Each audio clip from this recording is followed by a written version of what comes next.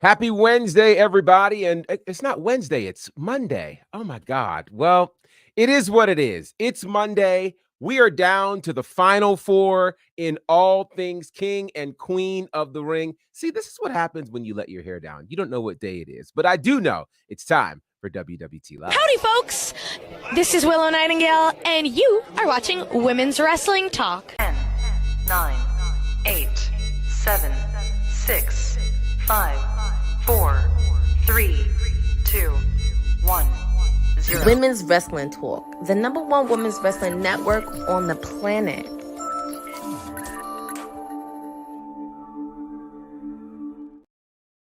Well, no, it's not Wednesday. It really is Monday. I really do know what day of the week it is. It's been a very, very busy day already. But this is Women's Wrestling Talk, the number one women's wrestling network on the planet. And you are watching WWT Live. I am your professor. That's what they call me around these parts.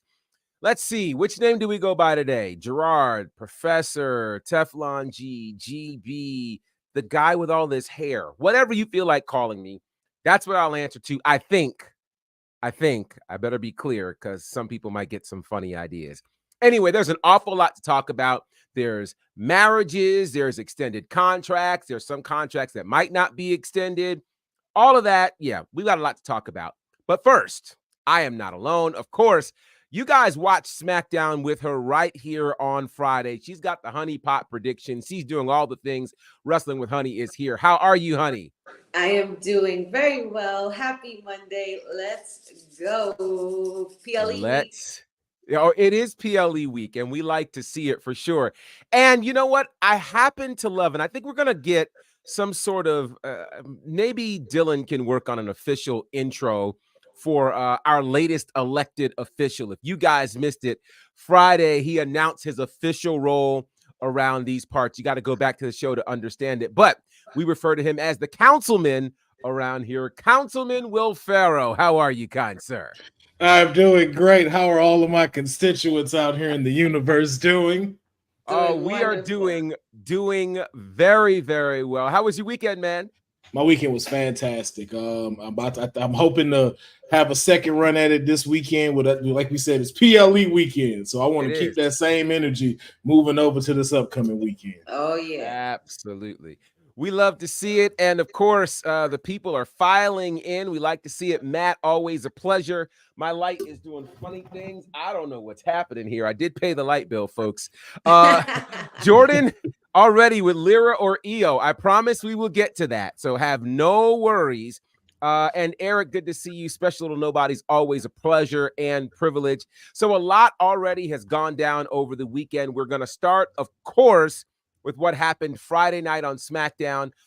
When we left here Friday, the questions were kind of crazy.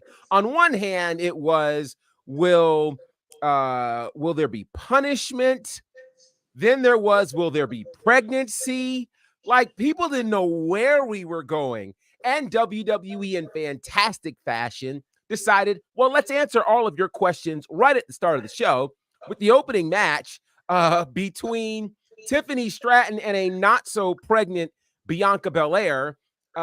Pretty wild match. Of course, Bianca Belair walks away as the winner, advancing in the Queen of the Ring. Before we get to the other matches, what were your thoughts on this one? Councilman, I'm sorry. How dare I disrespect you, sir? No problem, Teflon. I know you're ready to jump into some wrestling news. I understand. I enjoyed the match. I thought it was a phenomenal performance between both women. Probably for me, match of the evening. Mm-hmm. I will say, as you said, we did talk about it. Was were there going to be repercussions about what happened, and kind of feels like they did take the safe route. Like, we kind of gotta let this die. We don't want nothing to build and fester. That's just my opinion. But either way, both of these two women do deserve to advance into it. But I do have to give credit where credit is due since we're starting off with this. I know we haven't gotten to this next match, but when honey is right, honey is right. And I would like to officially announce that I am on the bandwagon of Queen Nia. and Ah. official Queen of the Ring after these proceedings have commenced. So I have very, very interesting. Well, of course, Wrestling with Honey, this is why you follow her predictions, because she looks in the crystal ball and clearly her vision was clear. Honey, what did you think of this match here? I was very proud of this match, first of all. I mean, despite everything and all the I guess we could, I don't want to say heat, but despite all the noise surrounding these two this past week, um, it was a match that I honestly, once they did face each other, I expected it to be that damn good, because both of those women are premier athletes and they're phenomenal at what they do. Bianca advancing was of no surprise to me, because I did not see Tiffany advancing any further. I will say I'm pretty happy to be right about my crystal ball sightings, that, you know, when I have my honey pot predictions, I like to pretty much, like, you know, really kind of be braggadocious about it. So I'm kind of glad I was right about this. Pat myself on the back for that one. Bianca, I mean, even looking at her in this picture, honestly, she could take on the role of being Queen of the Ring as well. I wouldn't put it past her, but there is Nia Jax, and Nia Jax has been making a lot of noise for me in my crystal ball. So that I'm sticking with it, and that's my story. But very, very proud of this match with these two women. I love this. You know, I don't know what I enjoyed more, the match itself or how much fun the Street Profits had on the good old interwebs with everybody after they all were swearing that Bianca was pregnant. It's just amazing to me. And again, this is why, friends and family, we don't make a whole bunch of noise about the internet's math when it comes to wrestling, because they clearly did not see how this would look. And again, obviously, they are all people who've not dealt with pregnancies before, because if you did, you would know that by the time you find out you're pregnant, you're usually at least 6 weeks pregnant. Nobody finds out in week 1. No. So yeah. So there's that, which I think is hilarious and all kinds of fun. So you know, so now we'll see just how well the IWC learns when the next big thing does or doesn't happen, which will probably be sometime today. Go figure. We won't have to wait long for that. From there, we went to the men's side, and we saw Tama Tonga and LA Knight in a very interesting match. And again, you know, I don't know what to make of Tama Tonga's ramblings in the locker room. Not sure what that was, but it works out where Tama Tonga gets the win over LA Knight, and some might have considered this an upset given how strong and popular LA Knight is. But what were your thoughts on this particular match, honey? This match was really awesome. I'm glad we were able to see LA Knight shine a little bit more. I feel like now LA Knight is at a point where his momentum comes, like, not at a part-time pace, but at a slower pace than how it was when he started, because, you know, it was about building him into that megastar factor. He's so megastar now that once his music plays, people go nuts already. So it's always nice to see him, you know, big up the room and make the room the crowd go crazy with his entrance, with everybody chanting LA Knight. Yeah. But Tama Tonga did get the best of him, as I also expected very well in this match, because of shenanigans, you know, with the newly formed bloodline. But I will say this about Tama Tonga. He is giving very rabid pit bull. Like, they're pretty much like, they have him on the leash, and all they got to do is let it go. And that's basically him for the bloodline. He's a whole nother level of Solo Sikoa than what he was for Roman. He's way more unhinged. And I kind of like that for him, though.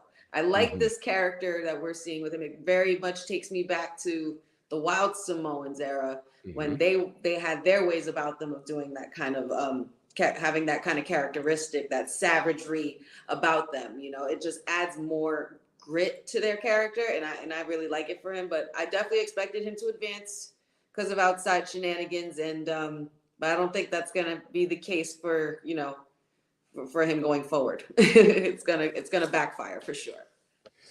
Councilman. I agree with Honey. The match was great. I will say that. Here's my thing. But I don't like that we are this close to another bloodline match at this PLE. And like I said, Honey has a point where I don't think the shenanigans may work, and Randy will get the win. Preferably KO might come out and help this upcoming week if he's not like really officially injured or anything like that.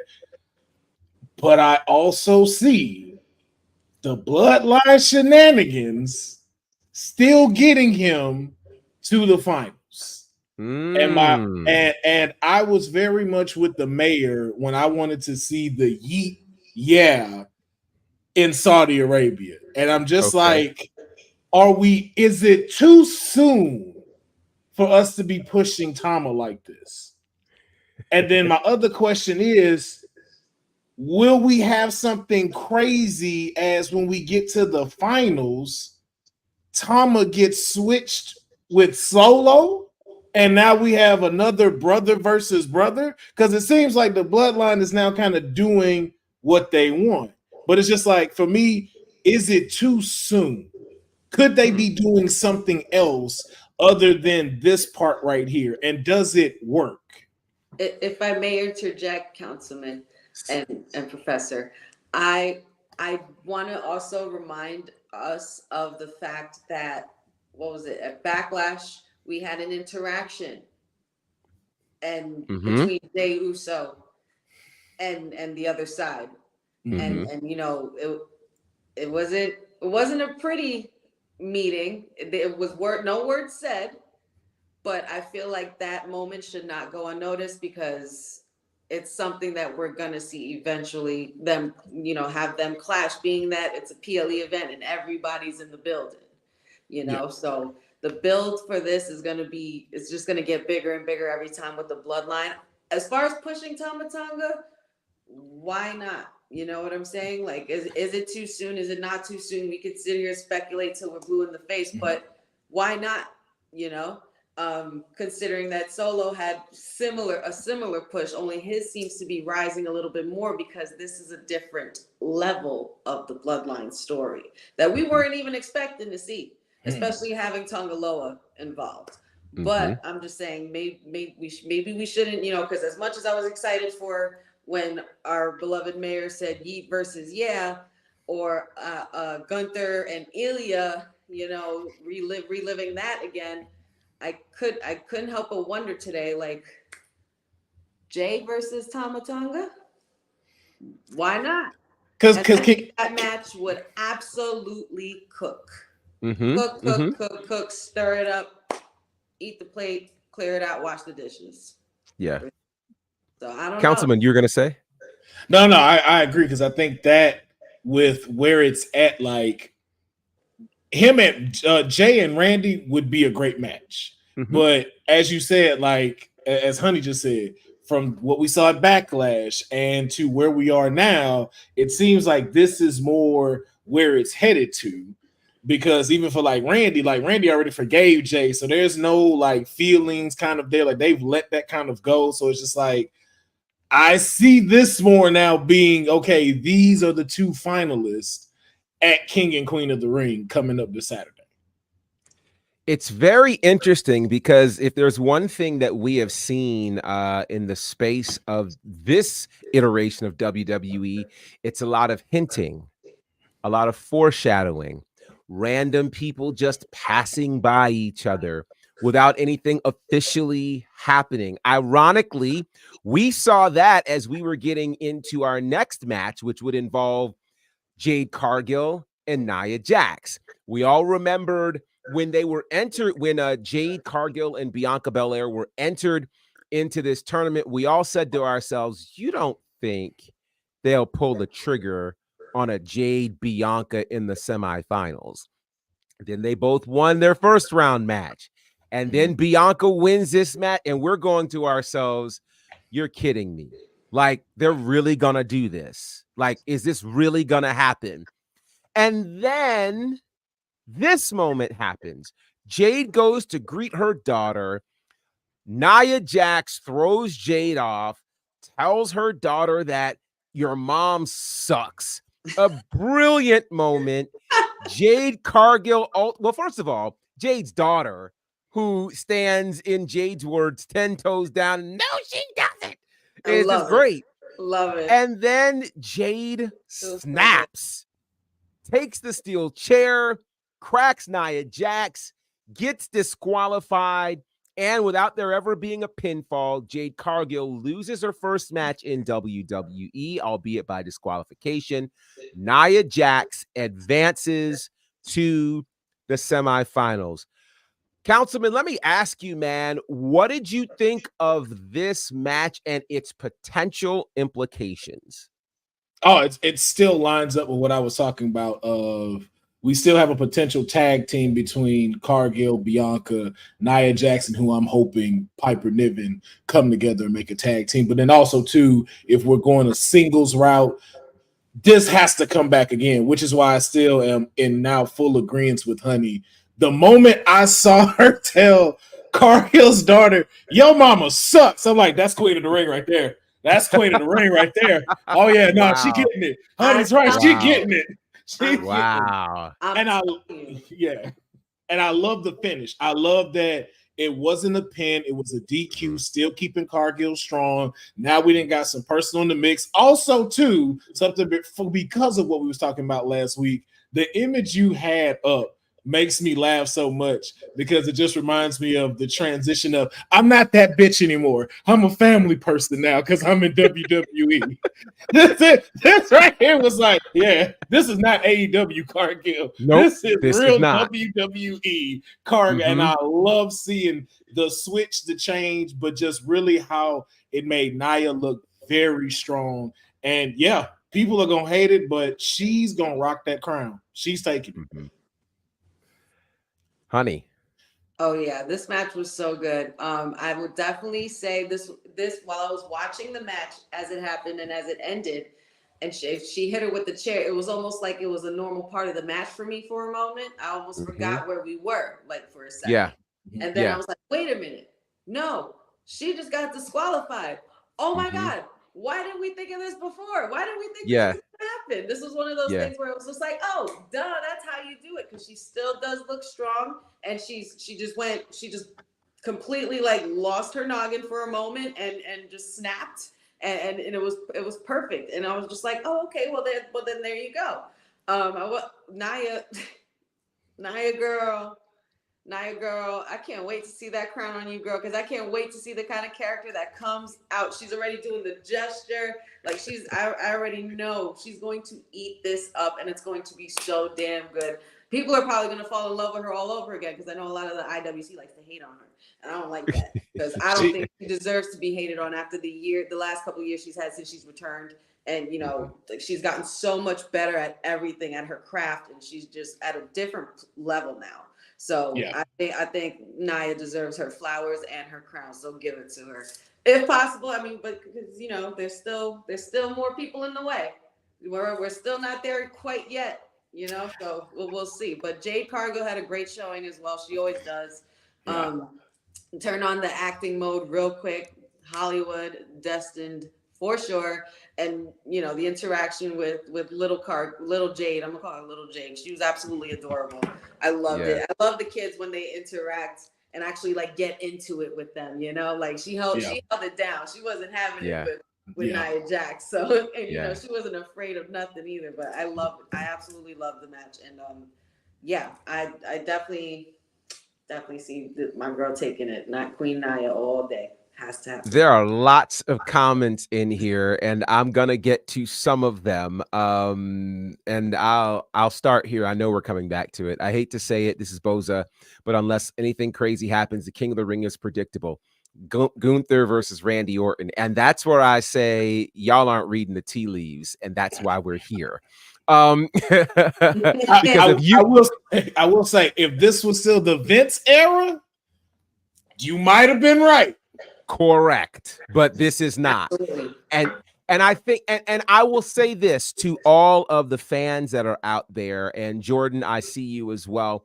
I think it's taking people a very long time to adjust the wind in their sails to the fact that this is a new era. Most people have never ever imagined a WWE without Vince McMahon. And so the natural tendency is to think back to what Vince would do. But in virtually everything we have been seeing in this last year or so, it's not what would Vince do. Right. And I think a lot of questions, for instance, I don't think this tournament looks the way it does in terms of the participants, let alone the outcome, if Vince McMahon is running this. So be clear, everybody's going to have to adjust their sails, adjust their default, because what you think is predictable is not. And I can almost guarantee you that somebody's going to be wrong, even though we're down to the final four. So with that said, the final men's match would see Randy Orton taking on Carmelo Hayes, which was a banger of a match. Banger of a match. So and good. It ended with just one of the most awesome RKOs I've seen in recent memory. Randy Orton gets the win. Honey, we'll start with you. You were right on this one again. What were your thoughts of this matchup? Randy Orton has not steered me wrong since he's begun in this tournament. So I'm going to keep rooting for him as much as I can for him to take the top. Because honestly, as everybody says Gunther's an obvious choice, but let's not sleep on this man. Okay, this man is a legend. He's a legend killer. He's a future Hall of Famer, a third generation superstar or second. I keep forgetting third or second, but either way, he's third. Yeah, third. There you go. So need I say any more, guys? Randy Orton can totally take King of the Ring if he wanted to. He could totally do it. And I don't believe he's ever done that before. He has not. His first time. Yep. I think that would be amazing for him. I think that would be something great to add to his long list of accolades as far as, his being a future Hall of Famer and everything that he's done in the business. But him and Melo, man, that was something I didn't know I needed. That was a nice match, man. So well done. It was well executed. Melo did his thing. He sold it really good. Like, he definitely played the psychological part of it, which kind of puts him in the realm of like what Randy Orton used to do. So it's kind of like we were watching a new generational, a new superstar coming into the wings, and almost kind of like that Randy Orton vibe because of given his recent history, especially. Yeah. But that RKO, top notch. The finish was awesome, and I absolutely loved what Randy Orton said after the match when the bloodline came out, because he was like, okay, you mean to tell me that you're going to come out here and intimidate me? Yeah, right. He's Randy freaking Orton. He does not get intimidated by anybody. He's not scared of nothing. Absolutely. Councilman, let me ask you this question, because there are two interesting comments in here. Dylan says that Randy didn't need this. Cousin Ron says he's happy to see how Melo is being presented. I want to ask you the question, does Melo suffer in this loss? Absolutely not. Absolutely not. If anything, there was a worry if Melo would fall under the bad transition from NXT to the main roster and get washed out. And that was kind of a worry even when he was taking on Austin Theory. They were just kind of like, we see it, but let's send you back over here. Let's hit you with the little heel route. But to have him go against Randy Orton, to go against Cody Rhodes previously, and give two phenomenal performances. This wasn't no squash match. This wasn't no like, oh, okay, he's taking his hits and it's like, oh, he's gonna come. No, he was giving it to these people. These two people gave him such a great rub to show that, hey, when it is time for the next generation, your top five, one of them is going to be Carmelo Hayes. So I don't think it hurts him at all. It just made him look good for his future stock of what's coming up. And just like Honey said, I frequent Orton Town, and every time I go, it owes me nothing. So seeing this match, and to Dylan's thing, yes, he doesn't need it, I will say that there are more people that do need it per se, but I will also say too, I'm one person for Randy that I want him to collect as many accolades as he can. Everything that he's done in this industry, everything that he's going, like he is one of the closest people still to Ric Flair's reign. And I can still see Randy getting a few more world title reigns before he calls it quits. So adding King of the Ring to it, I would not be pissed at it if that were to happen because of this particular wrestler. I want to suggest to people, because I literally just did this, go back on A&E on demand and watch the start of season 4 of A&E Biography, WWE Legends. The season premiere was with that guy, Randy Orton. So good. And let me tell you something. It is incredible. It is absolutely incredible. And watching that and seeing him back in this King of the Ring scenario says to me, you know, that you could say he doesn't need it. But I don't know that this King of the Ring is necessarily about need. I think a Randy Orton, who we have got to acknowledge, and most don't in the wrestling space because we get people with us so long, he's got more days behind him than he does ahead of him. Okay. We've got to acknowledge that. And if you watch the biography, he was actually happy being at home in no pain, enjoying his family. Oh, yes. So that means we don't have a lot of time left with Randy Orton. Now we might have a couple of years, but a couple of years compared to the 24 that he's already given us, the 24, 23, 22, somewhere in there. We've got to consider that. And for a lot of people in this chat, you may not have grown up with a Hulk Hogan. You may not have grown up with a Ric Flair, but you grew up with a Randy Orton. And so you grew up with a John Cena. You grew up with a Batista. And so these figures are leaving wrestling. You know, we don't have very many Cena matches left. Don't know how many opportunities we have for Randy Orton. So in a space of does he need it? He's already a Hall of Famer. But would this add to his Hall of Fame billing? Absolutely. And do we want to see this version of Randy, who is healthy, who is clean, who is happy? Do we want to see him win? Absolutely we do. Absolutely we do. So to me, there is now a strong case for the Final Four on both the women and the men's side of these tournaments. A strong case where any of them could win. Now, before we end the show, we'll get to the Raw side of the semifinals and talk about what we could potentially see there. Now, of course, we know this PLE will be happening this weekend in Saudi Arabia, and there's some interesting news connected to that.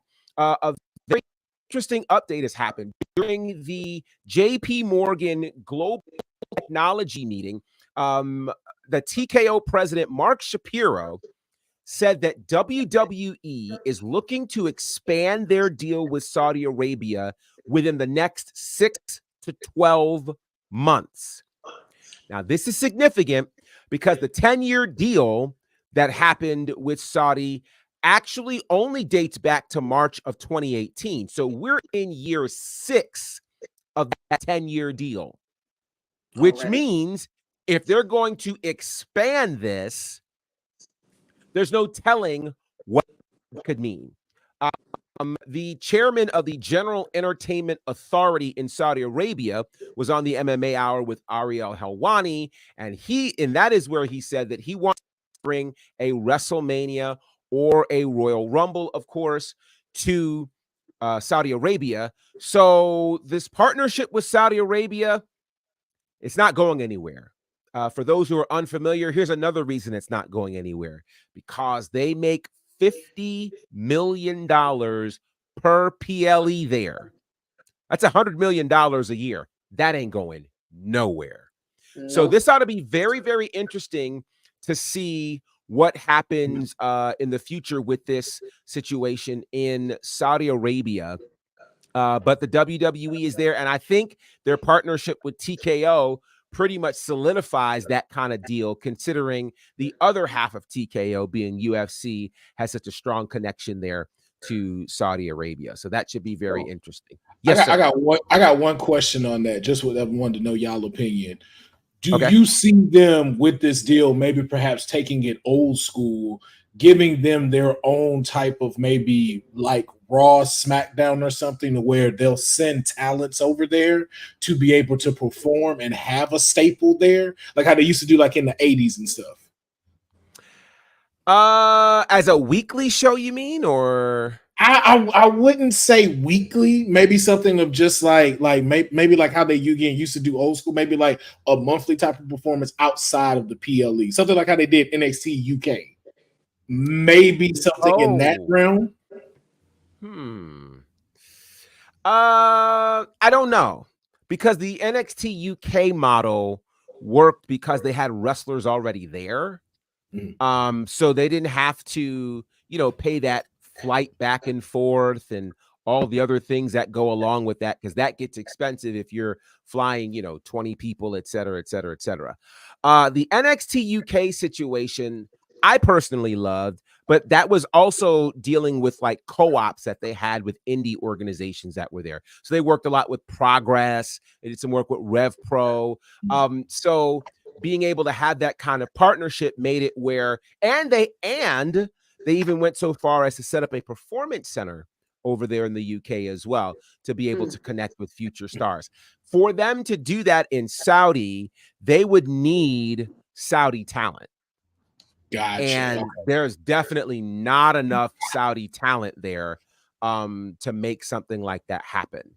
So I think that'll be really, really interesting to see. I think it'll be interesting to see. And I imagine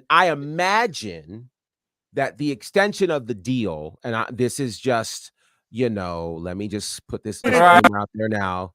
This is just allegedly. Right. So this is just my musings.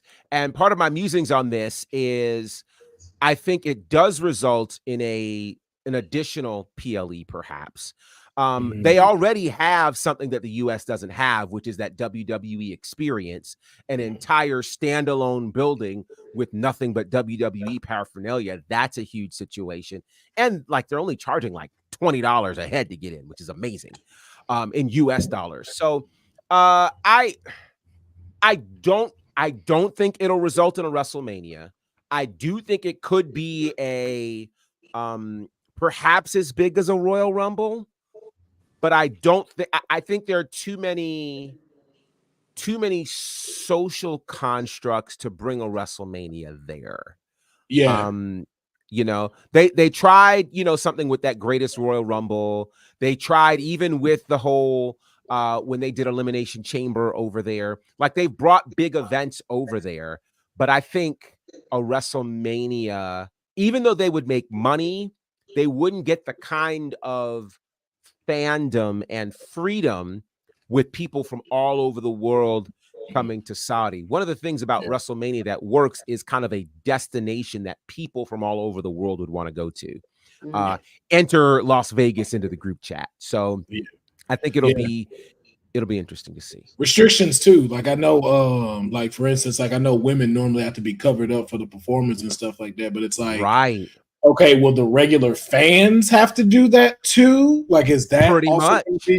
So again, like, it's easy to get a worker to do that, but somebody that's just like, yo, I just paid $1,200 to fly over here. I'm out here in the desert. It's gonna be hot. You want me to be covered up in a burqa? Like, nah. Yeah, it's gonna be hard to convince. And then for a week, you got SmackDown, Hall of Fame, Stand and Deliver, 2 nights of WrestleMania, and the Raw after WrestleMania. So that's a week in the desert. Yeah, it's gonna be a lot. It's gonna be a That's lot. So we'll see. So some other news in terms of WWE. Seth Rollins has officially re-signed with WWE. There were some questions in terms of, what would happen as his contract was, expiring. Well, he has re-signed. We do know it's a multi-year deal. We don't know how much money, but we're told it's big money. And it's Seth Rollins. Given all that Seth Rollins has done, they rolled out the red carpet. They backed up the Brinks truck and said, "Here you go, sir. Listen, were there Thank really you for your concerns? service." Were there really that is concerns? confirmed. No. No. No. There were concerns that the company man was going to read that wasn't. I think, again, this is the WWE fans and the IWC saying his contract is expiring. Like, let me just put it to you this way, and I've said this before, but I'll say it again. At this point, WWE really isn't firing anybody unless you've done something wildly egregious. They'll let your contract run out, okay? But if you're in good standing, nobody's voluntarily leaving WWE these days. Nobody is. So trust me. Now, with that said, that's on the WWE side. There is another contract that is up for discussion. This is over in AEW, and it's Mark Henry's contract. Now, Mark Henry signed with AEW 3 years ago and debuted at Double or Nothing in Jacksonville. I have a very interesting story about that. I might tell you guys a little bit later. But Mark Henry has been with the company for 3 years. On camera, occasionally he's done, kind of this intro. It's time for the main event. He's done some commentary, but he's been most effective as a talent scout, as a coach, as a mentor, really helping to develop a lot of, structure backstage. So the real question here is, in WWE land, when someone's contract comes up, you go, hey, we know they'll resign. It's not always as cut and dry in AEW land. So let's pose the question. Do you think Mark Henry resigns with AEW? And if he doesn't, what do you think he does next? I think he should. He hasn't done a bad job since he's been there, to my knowledge and from what I've seen. And Mark Henry's always been good that way as far as being effective in all aspects of wrestling, not just in the ring, but also outside of it, as well as, backstage segments and commentary. And he's always been known to be a really good leader and helper backstage and just a good spirit. So I don't think that's something that AEW should or would want to let go, being that he has been doing so well with them. If he doesn't, I mean, maybe he retires, or maybe he signs a different kind of contract with them where he's actually kind of like how Matt Bloom is for Triple H and NXT, or at the Performance Center as such, possibly, because being that he's been a talent scout as well, I figure that he could possibly be effective that way as well. Keep him off TV, if he doesn't feel like doing that anymore. I mean, a lot of the wrestlers, especially legends like Mark Henry, they get to a point where they don't have to be in the camera all the time. And, they just like to be, it's usually where the backstage stuff, where the magic happens for them, and, where they're really, really comfortable, doing and, building and creating superstars and all the young talent that they have. So I think Mark Henry should help out with that, or if anything, also probably have like a booking deal to help fake TK out, because I'm not sure what's going on in that man's head. That little man's, I understand he has like a little neck injury. He's bumped his head a couple times, but yeah, maybe Mark Henry can help him that way. Councilman, what do you think? I hope he don't resign and come on home. Come on back home to WWE, Mark. Come on back through, man. This is the perfect time, man. With all of the way the stuff is moving, I want him to be able to experience that. And then to Honey's point, like, so much that he does backstage. Just imagine that with the talent that WWE has and the structure that they have, which I feel like AEW is lacking. Like no did like again, if he re-signs with them, great, because it's an asset for AEW. And I just want to keep making sure that they're taking care of him, which I think I have no doubt that they are. But I would love to see his mind, his like all the stuff that he's done in his career. I would love to see that knowledge within WWE right now. I've had the pleasure of like training with Mark Henry because like Silsby boy, so he's right next to where I'm from. So I've been with like around him in the independent circuit. I've got a chance to learn from him as well. Like just a tremendous human being, that brain that he has when it comes to the business. I would just love to see what that would add to in today's WWE. Mm-hmm.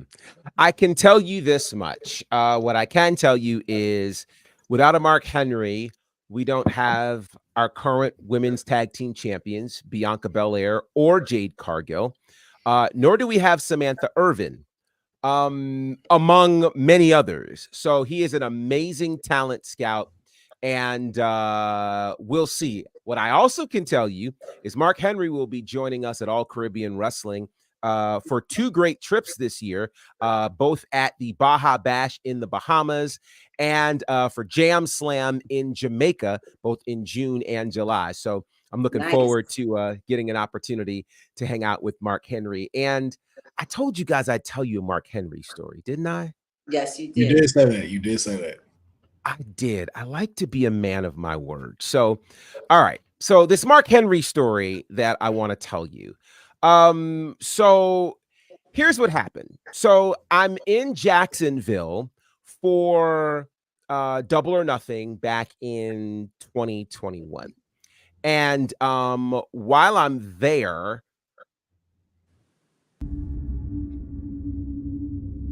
I was like, wait, this happened? What is happening right now? Oh my god. Uh-oh. He is nobody. He is all of us. Oh, snap. He is nobody.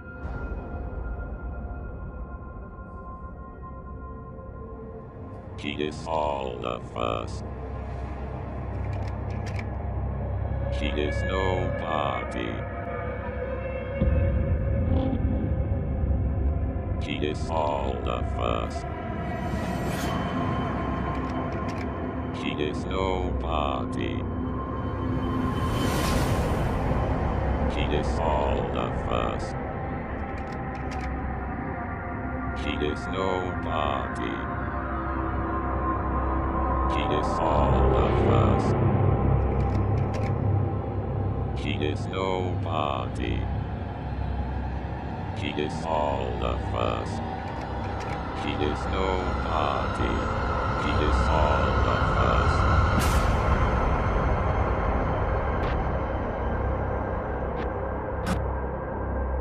Do you want to meet him?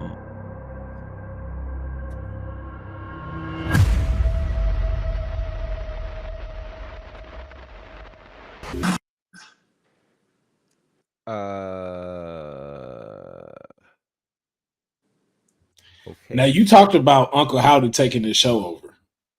Friday. You had to be the one to speak it into the universe, Professor. Oh my God, Uncle Howdy just took over our stream. You said it Friday. Yeah. Okay. I don't know if I should try this story again or not. That was okay. Great. Was that the next story? That was not. It was not. Okay, let me see if I can get control of this show again. Let's get some merch. Hey yo, you. Yeah, you that's watching this. You sitting on the couch staring at the screen not knowing what you want to do like this is an online college. Are you tired of wearing shirts that make you look like an extra stuck in catering? Do you want to step your wrestling swag game up to the next level?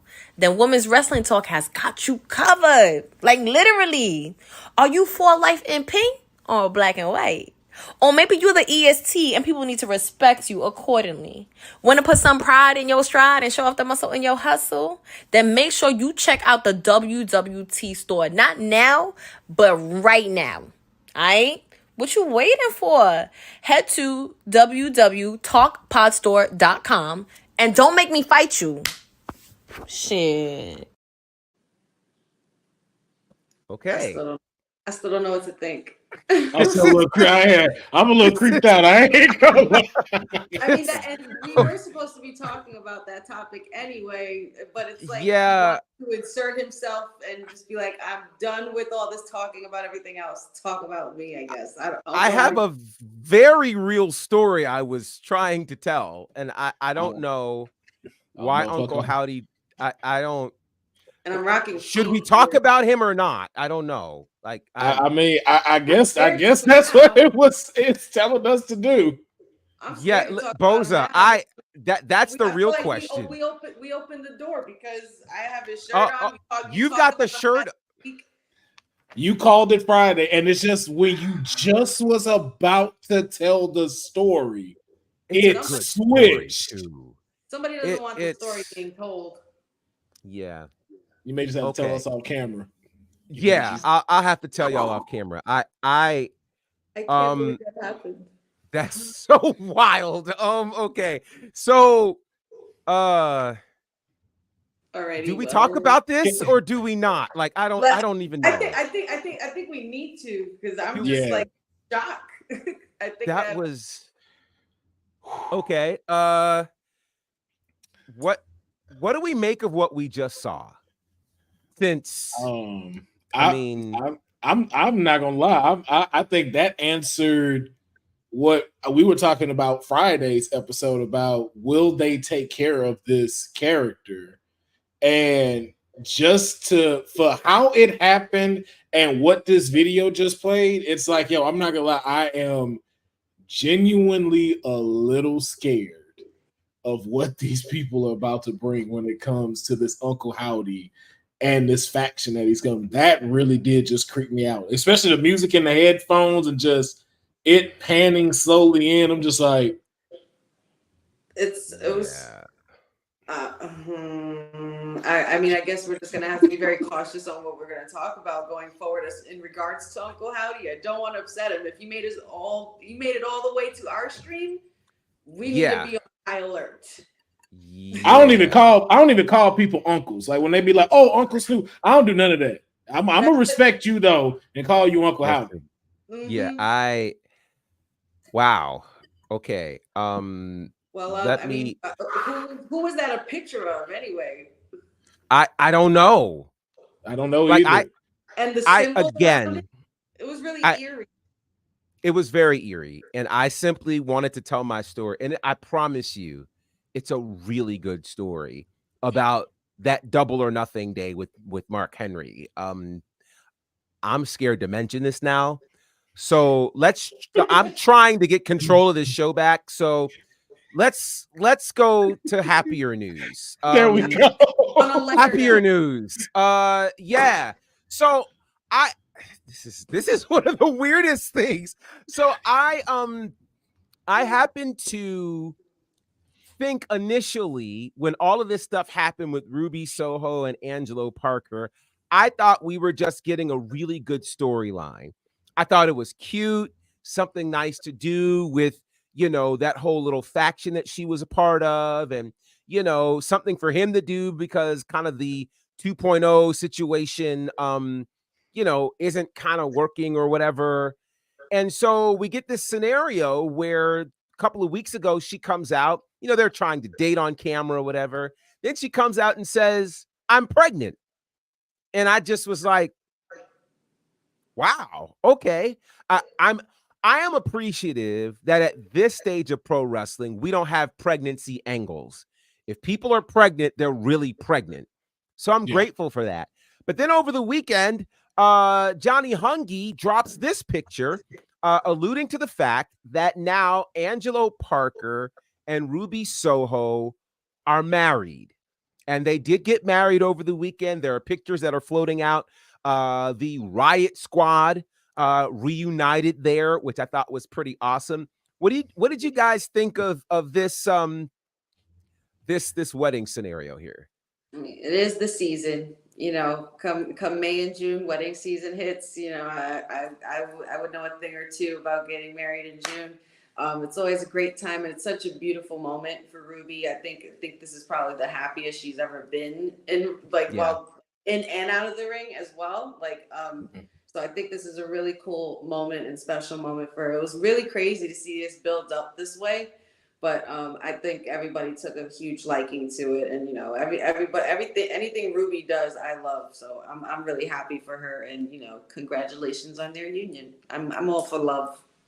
Yeah. Love is a cool thing. Love is a good thing. Love is a cool thing. Yes. I'm in complete agreement with Honey. I'm just happy to see Ruby happy. Like she said, inside the ring, outside the ring. I've loved watching her since she was on WWE Riot Squad, moving to AEW. Like, she has so much great in-ring performance, such a good personality, real team player. So I'm just glad to see her happy. Congratulations to her. It's pretty cool. It is pretty cool. Let's see. Dylan says he tried to get past a fatal crash. Him getting arrested was not weird. They're talking about something else. I was I don't know what just happened. It's weird. Cousin Ron, Tony Storm keeping kayfabe in the picture is excellent. That was great. If you guys saw pictures of her, she was in black and white. Literally, it was fantastic. So good. Boza says, I'm happy they are happy. They will make great parents. I think that's going to be a really, really cool space for them. So congratulations again to them. So another interesting thing happened in the land of AEW. We talked last week about this anarchy in the arena scenario in Team AEW, naming FTR, naming Bryan Danielson, then naming Eddie Kingston. Well, as soon as they name Eddie Kingston gets into a match with Gabe Kidd at New Japan's Resurgence and has a broken leg. Then Wednesday, they replace him with Darby Allin. The same Darby Allin that 2 months ago jumped off of a ladder through a pane of glass and then broke his foot and then gets hit by a bus in New York City 2 weeks ago. And then he mysteriously tells us, oh, I'm not 100%. You don't say. Okay. Now the word has come out that Bryan Danielson has said that his doctors have said to him that he has to have surgery, and surgery soon. He went on to say, he said, I've got a compression on the nerve root at C67 and C721. I've got the shooting pain that's running down my arm that won't go away. And the doctor is telling me that pretty soon I'm going to have surgery. The only way I can hold out is if I can keep the strength in my right hand. Right now, it's still there. I've got to deal with this shooting pain, but I've still got the strength. Guys, I'm very nervous about what can happen in this Anarchy in the Arena match with all that we just listed about Darby Allin and Bryan Danielson having the shooting pain down his left arm. Is it me, or maybe they need to make some changes with this match? Maybe it's just me. I don't think it's just you. I think you have every right to be nervous, as we all do, because we all love our Bryan Danielson, and he's a very well loved wrestler all around and all throughout the world. There comes a point in time, where it's you have to pay attention to the things that matter. I know he loves wrestling. I know he lives for this business, but he does not want to get caught up like those before him, who still sometimes have an issue with leaving that ring. What more can you give? You've done it all. You've main evented and highlighted wrestling in such a great way, and you've had a stellar career. So it's maybe it's maybe it's almost about that time to start having that conversation about completely hanging up your boots. Not saying that you have to, be away from it. You can, be a scout, a talent scout, or help develop a school. I'm sure he has other wrestling schools developed and everything like that. But it's just like, you have to know when enough is enough. And Bryan Danielson has done it all. And I don't think there's any more that he can do, especially when it comes to this kind of a health issue, when it comes to nerve damages and things like that. That's nothing to play around with. And you're gonna have this match, and it's called Anarchy. Like, need I say more? Like, we gotta you gotta use your brains here, and think about what's smarter for you and for your children going forward, and your family, because they want you healthy at home too. Absolutely. Sendiel, thank you. Your hair looks amazing. Thank you. I appreciate that. Councilman, should AEW call some sort of audible here, and to a point that Dylan made, do you think that there is a stipulation that's needed for this Anarchy in the Arena match? Yeah, I think they should. They should definitely pivot and get rid of FTR and then put 2 injured tag team people in there. So then that way the full set is broke up nerves and everything like that facing the other guys. That way we got, now we even. Now we even. I think most of it will shine on if Daniel Bryanson and Darby Allin really is going to be in this. I don't think they will be highlighted as much. I think FTR, the Young Bucks, will get more of the spotlight, and they'll try to work them to do a few different spots that don't hurt them. Me personally, I would just say get rid of it. I would say just pivot a whole different thing, put them in something else. Like to Honey's point, like there's two sides to this. And both can be understandable, but we know which one makes more common sense. Like for Daniel, you have a family you need to worry about.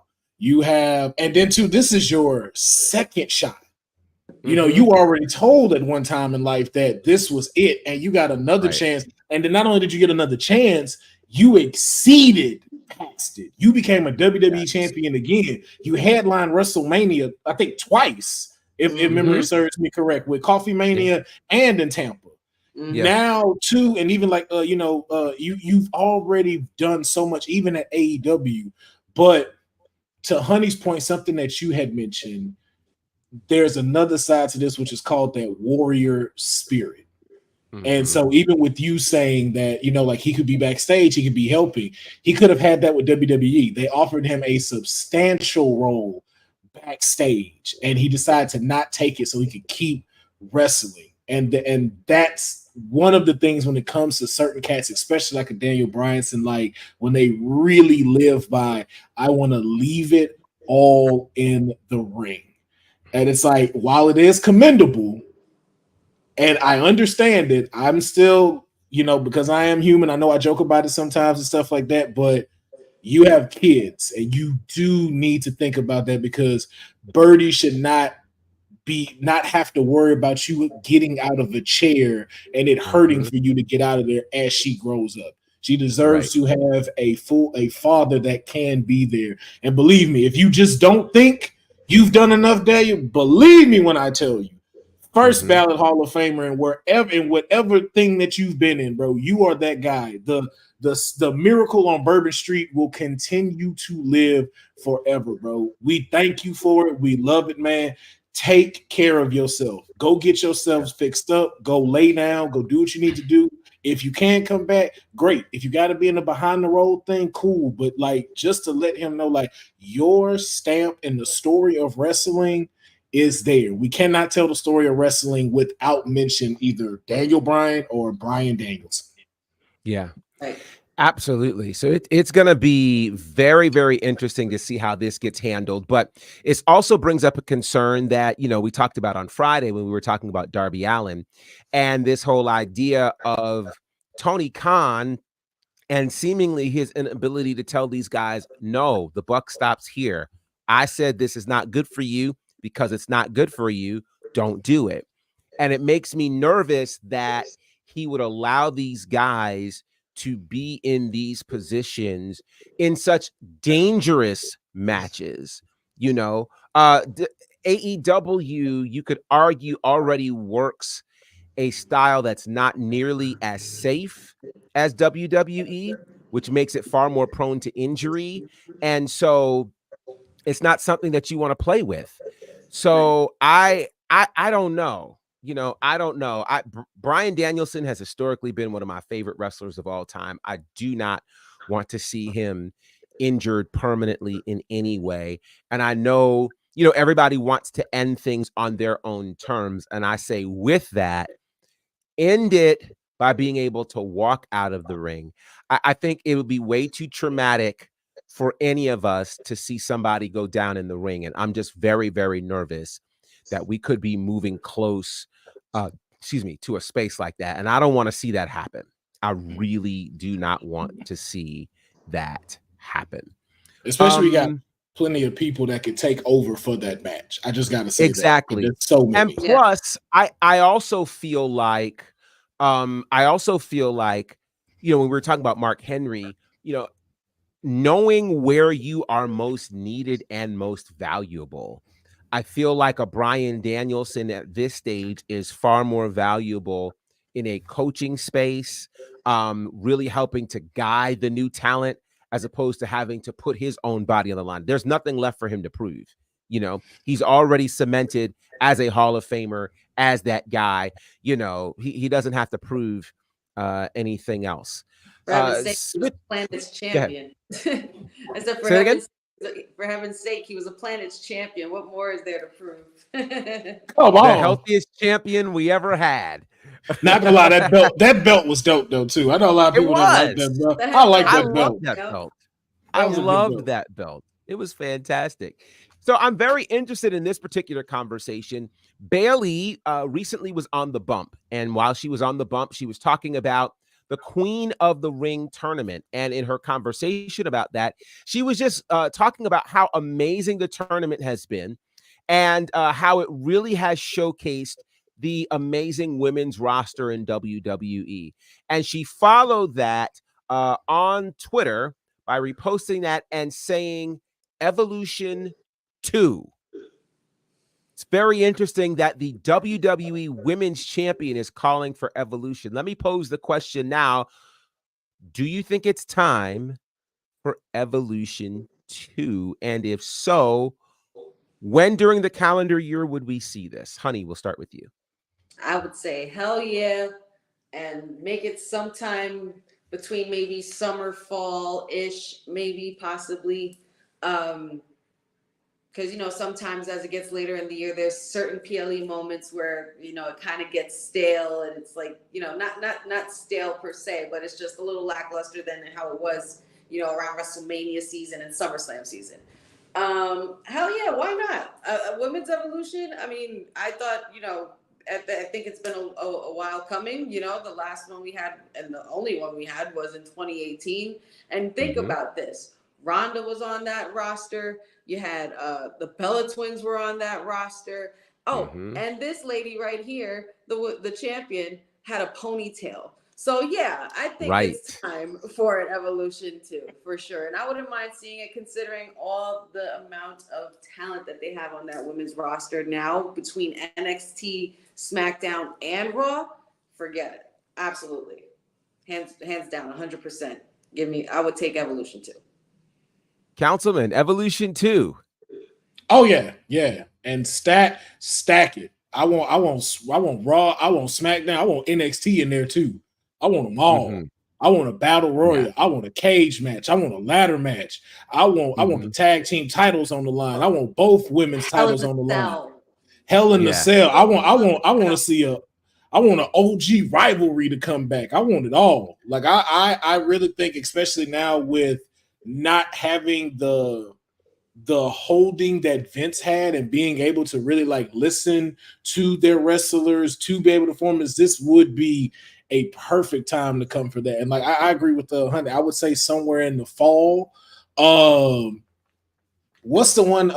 Honestly, and I know people might get mad at this. I would replace Hell in a Cell with that. I would replace Hell in a Cell with Evolution 2. And to have that, I think, man, just so many good matches could come from that. Like, you guys remember how good those matches were in the first one, and the only one you had Becky and Charlotte Flair. Rhea Ripley defeated Dakota Kai for NXT UK title. Like, Trish Stratus and Lita and Mickie James, Ember Moon with Nia Jax. Like, it was wild. Riot Squad was still hanging. Yeah. And Sasha was around. Like, it was pretty good. And you could relive a lot of those rivalries even now if you wanted to, considering that a lot of those women are still here. Yeah. And two dope things that could happen. One, you could bring the Mae Young Classic back, and then have the finals be at Evolution, and then and then another thing you could do is introduce a women's singles title, the women's Intercontinental Championship, and crown that woman at Evolution 2. I've always wanted. I love it. Continental title, always wanted one because I love the men's Intercontinental title. I like the classic white one. I like the That's what I was like. Always saw one for the women. I would love that. So that's a great notion, Councilman. We should put that in the in the notes for later this week for the rest of the constituents. Gotcha. Absolutely. So I'm down with Evolution 2. I hope that it happens. And again, they have more talent now for the women's division than they did then, which says to me that they could really do something very, very special with that.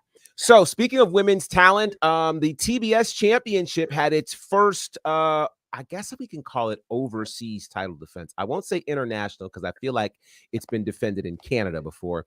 But the TBS Championship made its way this weekend over to Stardom in Japan as Willow Nightingale defeated Tam Nakano at their Flashing Champions event. And of course, that leads up to this weekend's Double or Nothing. And wow, this is a very busy wrestling weekend. It just really dawned on me. We've got King and Queen of the Ring on Saturday, Double or Nothing on Sunday.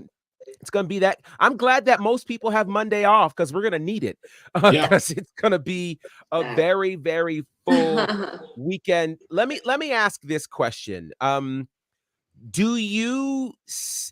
Is there a world where Willow Nightingale defeats Mercedes Moné to retain the TBS Championship?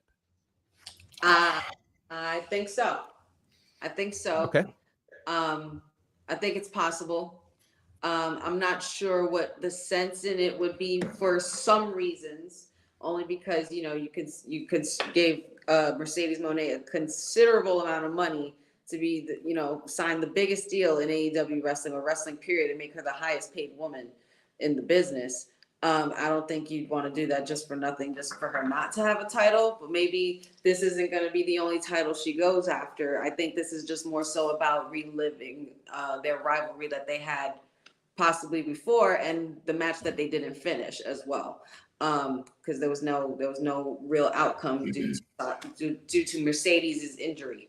But I think it's totally possible, though. I wouldn't put it past Willow. She's kind of getting out of that happy-go-luckiness for me, which I really like to see her out of because I want to see her get serious with Moné. Like I want this match for these women to bring out the best in each other and come out completely different on the other side, no matter what, win or loss. But I would think that it's possible for Willow to possibly can be able to defeat Moné for sure.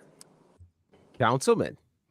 Oh, I agree. Strong. I can see. I definitely agree with everything Honey says. I think I can see Moné putting her over and winning, especially just like to Honey's point. This is just to finish what they didn't get to finish over there for Stardom, and to her point, with such a big contract signing, I don't see Moné her first belt being the TBS Championship.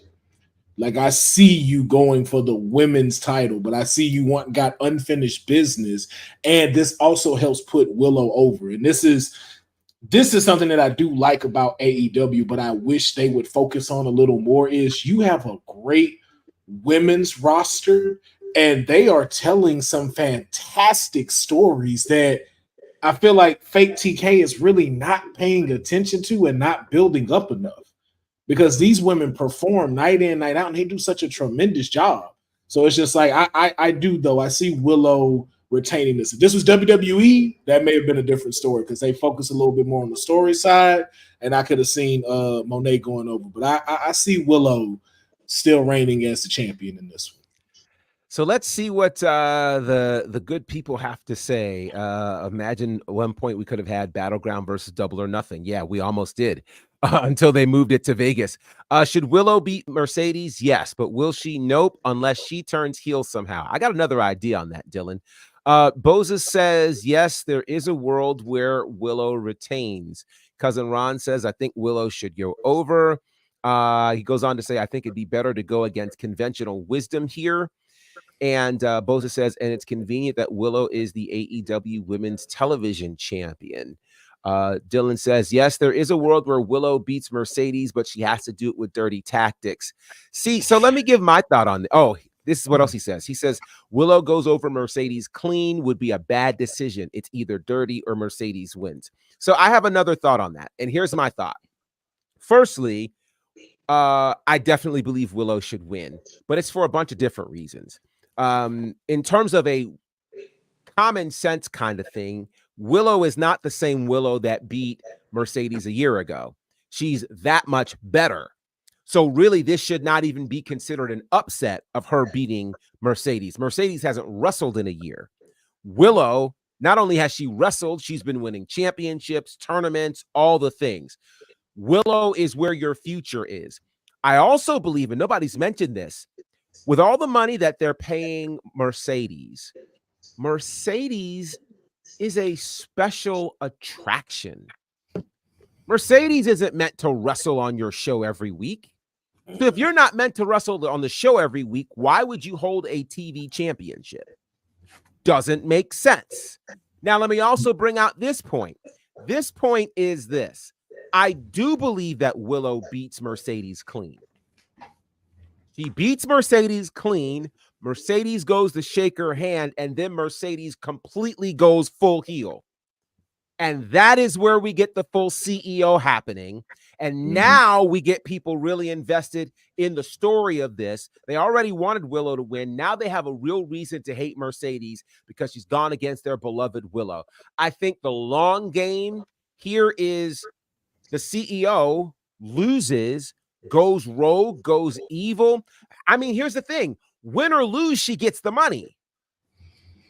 Facts. She doesn't have to have a championship. That contract is signed, and if she doesn't like it in a couple of years, she can bounce. So I don't see her being a mid-card champion. I do see her being a world champion, or at some point making use of this CEO name. What CEO goes after the lowest championship in the company? No knock to the TBS title, but you got the TBS and the world championship, and you go after the This is not Undercover Boss. Okay? It's not Undercover Boss where the CEO decides to sit down and answer the phones with all of the normal workers. No. You're the CEO. You came in as a CEO. You didn't come in masked or anything like that. Then you need to be the full-on CEO at this point and go ahead and enact your CEO privileges. And I think if they're smart, we play this role in Vegas of all places too. It's the perfect place to make that happen. So, and she's not dealing with children anymore. So it's like, we don't need babyface Monet. Give us heel Monet. Give me a CEO. Give me the board. Get her some people in a faction and call them the board. Let her have all of that. Because imagine her and that with Tony Storm. Oh, that's going to be fire. Oh, that's going to be or just put her with the elite. They're already the EVPs. Word. You want to piss there it is off? That's guaranteed heat. That's money right there. And then they give her the title shot. They give her the world title shot. Instantly, when you just said that, Professor, I got pissed off. And I'm just like, see? It worked. That would totally work. and it would absolutely be like, it would be perfectly genius. It's like, it's so funny because before, and I'm surprised I never mentioned this before when talking about the EVPs and Mercedes, but I'm surprised this didn't happen sooner. But the build that it's getting is it's about the build, and it's about getting there. Sometimes it's the journey, not the destination. You know what I'm saying? Like, we'll get there no matter what. We're gonna get there. But I would love heel Monet, because I've always loved her as a heel. She needs to be a heel forever. Like, I just think she's perfect for it. She's so much better as a heel. It almost when she's the baby face, it just feels like she's trying. But when she's the heel, it feels much more natural for her. So quickly before we go, did anybody around here watch Boy Meets World? Of course. If you did, you know this face. This is Topanga, who her connection to wrestling is actually very interesting.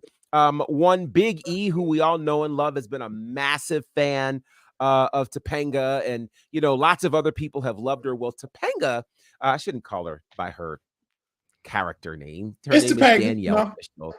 But nobody knows her as Danielle. Topanga recently went on an interview to say that at some point in her life, she wants to be put through a table. I don't even know what to do with that, but that's what she said. I do. I mean, I can think of a few things. I know who to call. I know who I can call for some help. We know exactly who to call.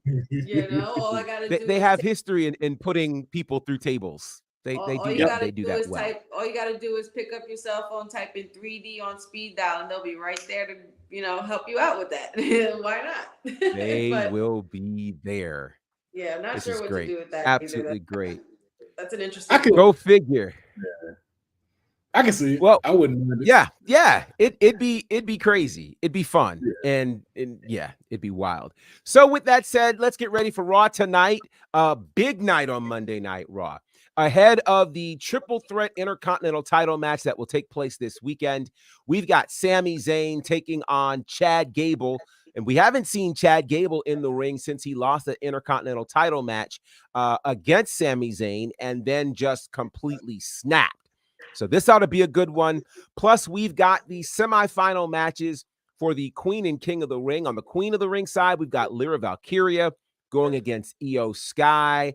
And then on the men's side, Jey Uso versus Gunther. Before we get out of here, quick predictions. Who's representing Raw for Queen of the Ring and King of the Ring? Honey. I'm going with Io due to possible shenanigans. Okay. And being that Lyra has kind of butted in and butted heads already with her kind already, so I think that she'd be really familiar with it. But I'm gonna go with Io. And for the men's tournament, gotta do it. I didn't go for him last week. But that's because I was too excited about possibly getting Ilya Dragunov and Gunther. But it seems like I won't, I just have to be patient. Uncle Hunter's telling me to be patient, that it's coming. And I will be more than happy when it arrives, because I know that match will happen. But you can't have a main event king without main event Jey Uso. So I'm going with Jey on that one. All right. Councilman. I'm sorry. Oh, and then Sami Zayn over Gable. Okay. Councilman. As much as I want Gable to win, I know Sammy gonna go over just because we gotta give him. Or you know what? No, I'm finna be like the chat. No, I'm going with Gable. Gable is getting it. That's what I'm doing. I'm gonna be delusional like them. Gable's getting it. He's gonna make Sammy tap because Sammy don't need to be Intercontinental Champion. All right. I'm glad they got it off the Gunther. He had his reign. Sammy don't need it. It is time for Pert Gable. All right. That's what it's time for. And I'm ready. All right. Oh, all right. Well, if anybody had checked out my honey pie predictions, I do have an interesting thing that happens with Gable and Sammy's match. I feel like Sammy's gonna win, but it's gonna be via disqualification. I can see that. Okay. I can see that. You know, like I feel like there's going to be something going on with Alpha Academy, and there's something Gable's cooking up. Something's happening, and I think that could like kickstart tonight. Yeah. Okay. All right. For this one, I'm probably going to have to go with Lyra. I'm gonna have to go with Lyra because either way, neither one of these matter because Naya's winning, and I don't know if they're going to do heel versus heel. I see them doing like a baby face and a heel, and just because Lyra has came in just with such a force, and people have been seeing it. I could see her somehow picking up the victory in a steal. Like something happens, like some kind of shenanigans, like Honey says, but I think it may backfire on Io and allow Lyra to pick up the victory. Again, I'm jumping in full delusion on this one. You giving the sense, I'm gonna get the other side. But no, none of it matters. None of it matters. Just throw some more. I'm gonna throw two more cents at you, Councilman.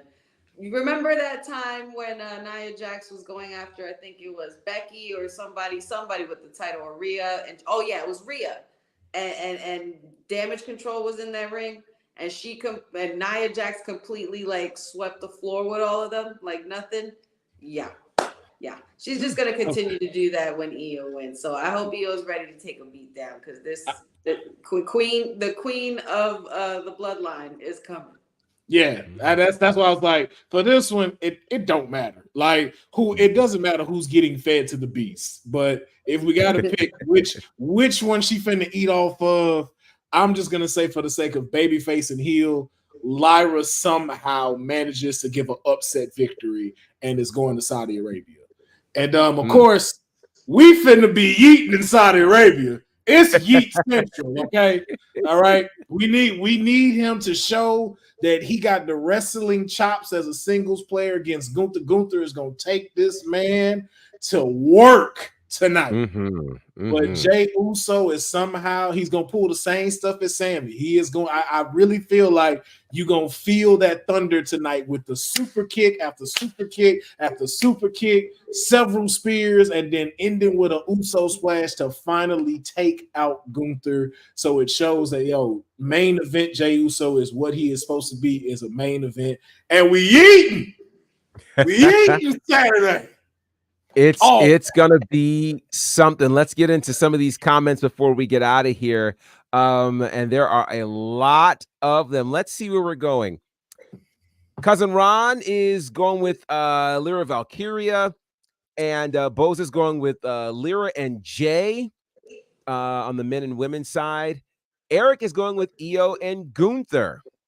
Let's see. Cousin Ron is going with Gunther. Excuse me. Jay, there it is. I can't read. Dylan is going with Gunther tonight, and Lyra and Gunther. I'll tell you what's gonna happen for sure. We're gonna get a night of great wrestling, another night of great wrestling.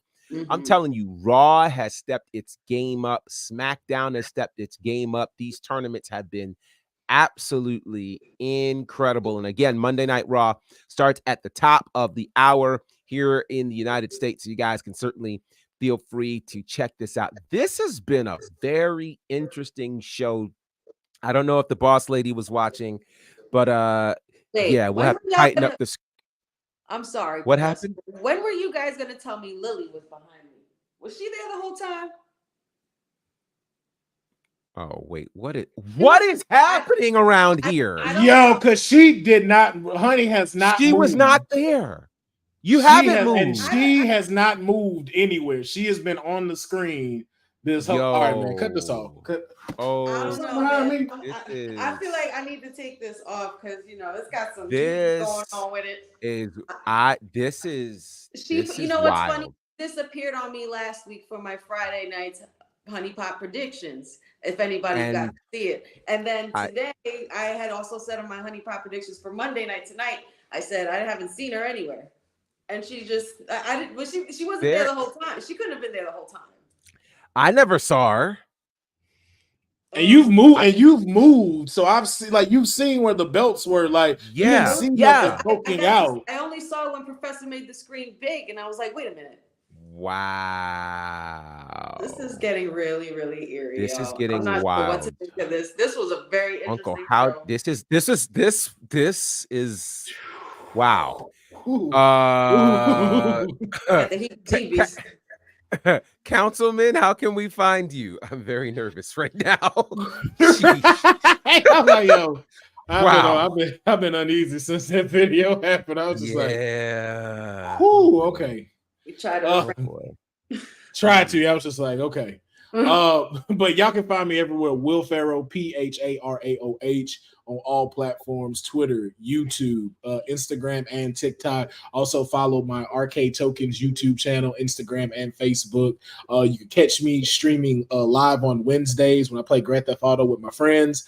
Also on Saturday for Straight Out of a Comic Book. Sorry about missing this week. I had an event this week, but we're gonna have a mega episode. Got a lot to talk about. X-Men finale, all of that stuff. We got a lot to discuss, so make sure you tune in 9 a.m. Pacific Standard Time. Come join. It's always a good time. And then check me out Wednesday too. Awesome. Honey. You can hopefully find me here again Monday, Wednesdays, and Fridays, you know, considering my circumstances. But usually I'm here on WWT Live Monday, Wednesday, Fridays with the crew. And, you know, what else have I got going on? She's got me really, really freaking nervous right now. But anyway, don't forget my Honey Smackdown watch along on Fridays at 8 o'clock here as well on Women's Wrestling Talk. It's going to be a packed weekend. You know, we're going to be getting ready for King and Queen of the Ring. Also, don't forget to check out my Honey Pop predictions prior to every Monday and Friday night show. TikTok Wrestling with Honey, Instagram Wrestling with Honey, Facebook Wrestling W Honey. Like and subscribe to YouTube Wrestling with Honey podcast. And don't forget to check out my new little series I got going on and interact with me in the chat and comments. Short and sweet, where we talk about all our favorites and keeping it short and sweet with our favorite choices of whatever trivia comes up. So yeah, stay tuned for all that, y'all. Pretty creative. Listen, I don't know if I should tell you where you can find me because I don't want either of them finding me at this point. But you can find me at Bonnerfied. You can check out all my commentary work with Southern Honor and IWE. That's on IWTV. You can check out my work with the Nightmare Factory on their YouTube channel. Some really cool things there, as well as Turnbuckle Championship Wrestling. All Caribbean Wrestling's YouTube page. Some great things happening there. Check out those matches. And we're gearing up for an amazing summer in the Bahamas and in Jamaica. Mark Henry will be on both trips. Excited to be there. So that's going to be a lot of fun.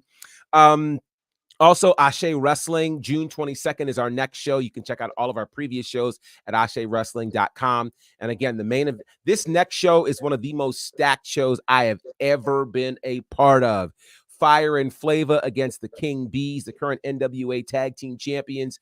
And then the main event, of course, Shelton Benjamin, my God, against Jonathan Gresham. That's June 22nd. Tickets actually go on sale May 27th for that at AsheWrestling.com. And of course, you can check me out here every Monday, Wednesday, and Friday. Shout out to all of you in the chat. Thank you for hanging out with us. Dylan and Matt and Shihi, I think I said that right. Cousin Ron and Boss Lady is here, and Eric, and who else am I missing? I'm missing Eddie. There you are. Boza, of course. Cindio. Geesh, Cindio, that's who I was looking for. And I felt like I'm missing some other people. But yeah, there were a lot of great people hanging out with us today. We appreciate you guys tremendously for all that you do. And thank you for rocking with us here at Women's Wrestling Talk. We are the #1 women's wrestling network on the planet. If she puts up a 1, we're in trouble. Thanks for joining WWT. Don't forget to like us on all social media platforms at WWTalkpod. Like and subscribe on all video and audio platforms, like yesterday, my G. And check out our website at www.talkpod.com. Thanks for watching Women's Wrestling Talk, the #1 women's wrestling network on the planet.